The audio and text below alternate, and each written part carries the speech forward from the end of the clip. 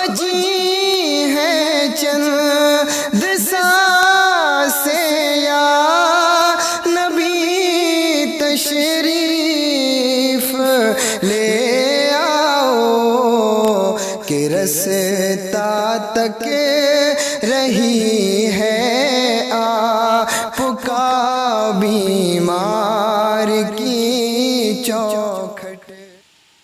आदत थी कभी मेहमान के बगैर खाना नहीं खाया, कभी भी मेहमान के बगैर खाना नहीं खाया। 2-3 दिन हो गए कोई मेहमान नहीं आया, खाना ही नहीं खाया। दरवाजे पे खड़े हो गए, मुसाफिर गुजर के जा रहा था, आवाज दी, कहा यार जरा खाना तो खा ले मेरे साथ। दस्तरखान लग गया, खाना खाने के लिए बैठे। जैसी उसने रोटी का पहला लुकमा तोड़ा, जो भी ग़िज़ा थी, पहला लुकमा बनाया ना, आपने फरमाया ठहर जा, रोटी बाद में खाना, पहले तुझे मेरे रब का नाम लेना पड़ेगा। अब वो कोई ईमान वाला तो था नहीं, वो ईमान वाला था नहीं। आपने फरमाया पहले मेरे रब का नाम ले। उसने लुकमा छोड़ दिया, कहा मैं तेरे रब का नाम क्यों लूं, जब मैं तेरे दीन पे नहीं, तेरे मजहब में मैं नहीं, खिलाना तो खिला, मैं नाम नहीं लूंगा। आपने फरमाया उठ निकल, उठा दिया, फौरन वही नाजिल हो गई, इब्राहिम जाओ, जिस बंदे को दस्तरखान से उठाया उसे हाथ पकड़ के लाके खिलाओ। क्या बात है। कहने लगे या अल्लाह वो तेरा नाम लेने तैयार नहीं। रब ने फरमाया कि तुम्हारे दस्तरखान पे एक मर्तबा आके बैठा, उसने मेरा नाम नहीं लिया, तुमने उठा दिया, और मैं उसे 70 साल से खिला रहा हूं। 70 साल से हम खिला के नाराज ना हुए और तुम एक दिन में नाराज हो गए। उठे दौड़े, पकड़ा हाथ का, चल भाई खाना खा ले। कहा नहीं, मुझे तेरे रब का नाम नहीं लेना, कि नाम लेना या मत लेना, कम से कम खाना तो खा ले। कहा अब क्या बात हो गई, पहले लहजे बहुत ऊंचे थे, पहले तेवर बदला हुआ था, अब क्या हुआ, पहले उठाया बुलाने आए हो। कहने लगे जिस रब का नाम लेने से तू इनकार कर रहा है ना, उसी रब ने कहा कि हाथ पकड़ के मना के खाना खिलाओ। इतना सुना रोने लग गया, कहने लगा उसका नाम ना ले रहा हूं मैं उससे दुश्मनी रखता हूं, तब वो मुझसे इतना प्यार करता है, अगर मैं उससे दोस्ती करूंगा तो वो मुझसे कितना प्यार करेगा। क्या बात है। अल्लाह अकबर। ये तकदीर बदलने में देर नहीं लगा करती है, लम्हों में तकदीर बदल जाया करती है। तो कभी भी दस्तरखान का, कभी हम लोगों को क्या बोलते हैं उसको, कंजूसीपन नहीं करना चाहिए दस्तरखान को लेकर के। अल्लाह देना तो फिर खिलाना चाहिए। हजरत मूसा कलीमुल्लाह तूर पे जा रहे हैं, एक बंदा मिला, कहने लगा मूसा अल्लाह के कलीम हो जी, अल्लाह से बातें करने जा रहे हो क्या? हाँ, एक बात मेरी भी कह देना। बोलो भाई, तुम्हारी भी कहेंगे। कब मेरे रब से एक बात कहना, जिस दिन से पैदा हुआ हूं आज तक पेट भर के खाना नहीं खाया। मेरे रब से कह देना जितनी मेरे मुकद्दर में हो एक मर्तबा उतार दे, एक मर्तबा दे दे ताकि पेट भर ले, ताकि मैं पेट भर के खाना खा लूं। एक मर्तबा दे दे ताकि मैं पेट भर के खा सकूं। गए रब से कहा या अल्लाह तेरा फला बंदा ऐसे ऐसे उसने कहा है। रब ने फरमाया ठीक है, एक वक्त में उतार दिया उसका सारा खाना।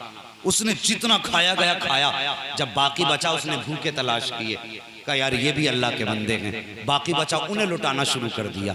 उन्हें लुटाना शुरू कर दिया तो जितना बचा था वो खर्च किया। मिसाल के तौर पे 10 रोटियां बची थी, 10 खर्च की अल्लाह ने, फिर 100 दे दी, फिर 100 खर्च की अल्लाह ने, 1000 दे दी, फिर 1000 खर्च की अल्लाह ने, फिर 10,000 दे दी, 10,000 खर्च की, फिर लाख रोटियां दे दी। एक दिन हज़रत मूसा का गुजर हुआ, पूरी कौम की कौम खा के जा रही थी। जाके फिर तूर पे पहुंचे, या अल्लाह मामला क्या है, कुछ दिन पहले मैंने ही कहा था इकट्ठी उतार दे। उसकी इकट्ठी उतारी तो उसके दरवाजे पे पूरा जमाना खा रहा है। रब ने फरमाया मूसा हमने तो उसके हिस्से की उतार दी थी, लेकिन बंदा बड़ा चालाक निकला, जो बची थी उसने हमारे नाम पे सौदा कर लिया, हमारे नाम पे वो लुटा दी। जब उसने हमारे नाम पे 1 लुटाई, हमारा वादा है 1 दोगे हम 10 देंगे।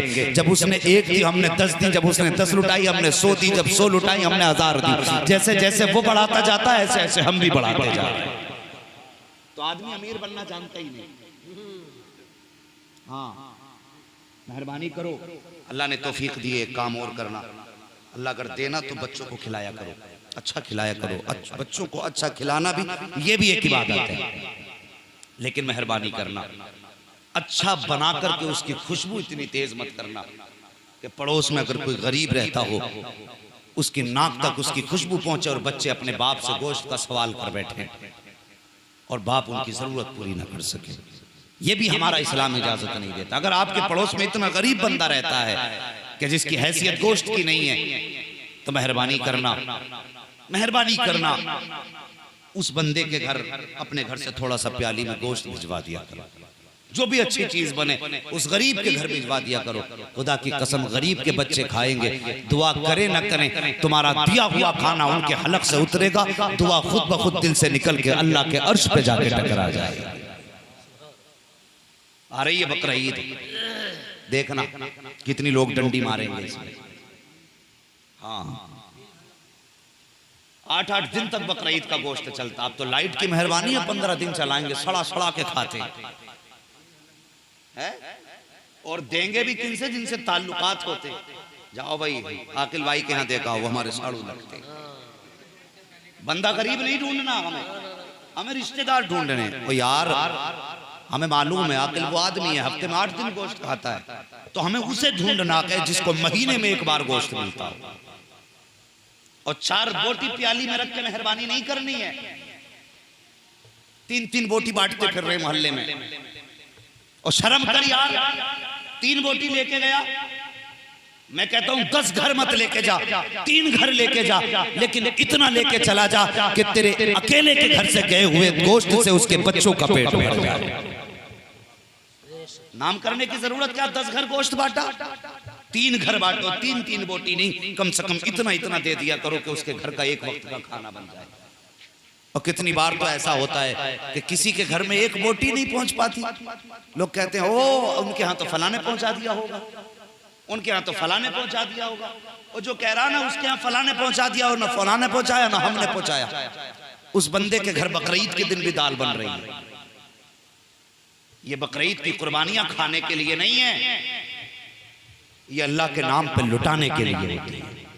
ये तो उसका करम है, खाने की इजाजत दे दी, वरना अगर कह देता 1 बोटी भी खाना हराम है ना, तो लिए घूमते सर पे रख के।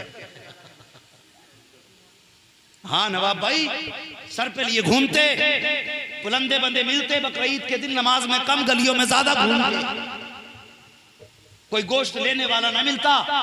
ये तो एहसान है उसका कि उसने खाने का भी इजाजत दी है, लुटाने की भी इजाजत दी है। ओ यार, हम तो साल के 12 महीने गोश्त खाते हैं, अगर बकरीद के दिन सिर्फ 1 दिन खा लेंगे, कौन से बच्चे फाके मर जाएंगे। और तेरे घर के अंदर अगर कुर्बानी का गोश्त आए तो अपने बच्चों को फिक्र न किया करो, अपनी फिक्र न किया करो, पहले उनकी फिक्र किया करो कि खुदा के वो कौन से बंदे हैं जिनके घर महीने गोश्त नहीं आया करता है, साल भर जिनके घर गोश्त नहीं आता है। ओ यार, उठा अपने घर से, रब की रजा के लिए लेके निकल जा, और जहां तुझे जरूरतमंद मिले उनके दस्तरखान पर लौटता चला जा। और खुदा की कसम, इधर गरीब राजी हो जाएगा, उधर मदीने वाला मुस्तफा राजी हो जाएगा। क्या बात है। मिजाज ही अलग है, बकरा लागा 15,000 का। तो अब्बा कहता कि बेटे अभी अंदर मत बांधिए, अभी जुम्मन और अलविदा ने नहीं देखा कि हमारे घर 15,000 का बकरा आया है। डूब पड़े तुझ पे और ऐसे तेरे बकरे पे, जिसे तू तमाशा बनाए फिर रहा है। अबे तू कुर्बानी के लिए लाया कि नुमाइश बना के रख दी। और ये याद रखना नवाब भाई और जितने बैठे हो सारे लोग, कुर्बानी का हिस्सा करो तो हिस्सेदार से पहले पूछ लियो गोश्त की नियत तो ना है। कुछ तो साफ कह देते हैं कि यार इसलिए कुर्बानी कर रहे हैं कि बच्चे मुंह ना देखें। अकेले ने ये नियत कर ली तो साथ के साथ की कुर्बानी खत्म। जितने लोग कुर्बानी में शरीक हों, सबकी नियत सिर्फ रज़ाए इलाही, सुन्नत खलील हो। अभी जमीन पे नहीं आता है कि अल्लाह ताला कुर्बानी करने वाले के सारे गुनाहों को माफ फरमा देता है। इतना बड़ा सवाब है कुर्बानी करने में, तो कुर्बानी सारे लोग करें, बहाना कोई बंदा ना करे। 365 दिन तो 600 रुपए के पाए लाके खाता रहा, और बकरीद पे आके पेट में दर्द करके पड़ रहा कि 1 लाख का कर्जा हो गया। तू साल भर 1 लाख का कर्जा लेके जब चटोरी जबान को तूने खिला दिए, हाँ सब चाट गया जबान के जरिए लाखों रुपये, और बकरीद पे आके पेट में दर्द हो रहा है। ये बहाने नहीं होने चाहिए।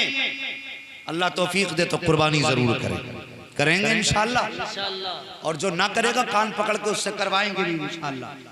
और उससे अगर ना करे के हिसाब नहीं है तो उससे पूरे साल के खाने का हिसाब लो कि बता तूने साल भर में कितना गोश्त खाया, तेरे हालात जब अच्छे थे तो बता तूने कितनी कुर्बानियां की थी, हिसाब पूछो ना उससे फिर। और अल्लाह तौफीक दे, फारिगुल बाल खुशहाल हो, किसी चीज की कमी नहीं है। तो जहां अपने नाम का हिस्सा करो, अपनी बीवी की तरफ से हिस्सा करो, एक हिस्सा मदीने वाले मुस्तफ़ा की तरफ से भी करते हैं। क्या बात है। अपने नबी की तरफ से भी एक हिस्सा करना कि मेरे नबी ने उम्मत की जानिब से हिस्सा किया था। और खुदा की कसम उनके नाम से हिस्से करके देखो, फिर देखो सलाम गुंबद खजरा से आना शुरू हो जाए और बरकतें इतनी आएंगी संभाली ना जाएंगी।